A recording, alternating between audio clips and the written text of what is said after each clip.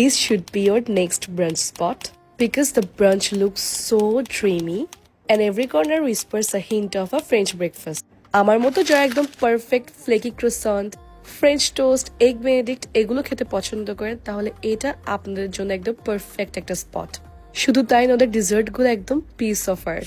ওদের এই বনানি ব্রাঞ্চের ইন্টেরিয়র কিন্তু খুব বেশি সুন্দর। প্রত্যেকটা কর্নারে আপনারা একদম প্যারিস ভাইব পাবেন।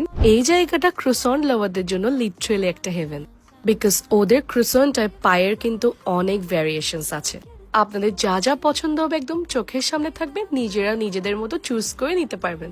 আর টেস্ট ট্রাস্ট মি একটা থেকে একটা মজা, একদম perfect, buttery and flaky. Not only that, সেভারির মধ্যে ওদের চিকেন পাই আর বিফ পাই আমার অনেক বেশি ভালো লেগেছে।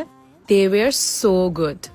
Also don't miss their cookies, specially ওদের পিস্তাশিও কুকিজটা অনেক বেশি বাটারি ছিল।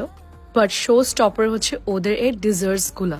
এগুলো দেখতে এত বেশি প্রিটি ছিল আপনার কাটতেই মন চাইবে না। প্রত্যেকটা একটা থেকে একটা মজা ছিল, কিন্তু আমার ফেভারিট ছিল ওদের এই ম্যাঙ্গো সিলান্ট্রো কেকটা।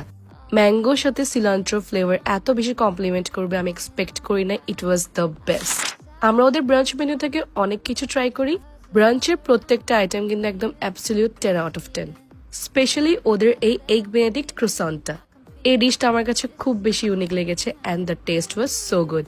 ইউজুয়ালি আমরা ক্রোসান্ট আলাদা খাই, এগ বেনেডিক্ট আলাদা খাই, বাট এই দুইটা একসাথে কিন্তু খুব মজার ছিল। এই ডিশটার নাম ছিল লাবাফ চাবাত্তা, বেসিক্যালি বিফ স্যান্ডউইচ, একটা পারফেক্ট বিফ স্যান্ডউইচ বলা যেতে পারে এটাকে। আরেকটা ইউনিক আইটেম ছিল যেটা হচ্ছে croissant French toast. French toast ছাড়া তো ব্রাঞ্চ একদম ইনকমপ্লিট, আর এই ফ্রেঞ্চ টোস্ট যদি ক্রোসন শেপে আসে তাহলে এটা তো আরো বেশি মজা হবে। ওদের পিৎজা এবং পাস্তাগুলো কিন্তু খুব বেশি আন্ডাররেটেড, আপনারা এগুলো ট্রাই করতে পারেন ওখানে গেলে। Overall I really enjoyed their branch and being a matcha girlie, ওদের এই মজার মাচা লাটে খেয়ে আমি আমার ব্রাঞ্চটা শেষ করলাম।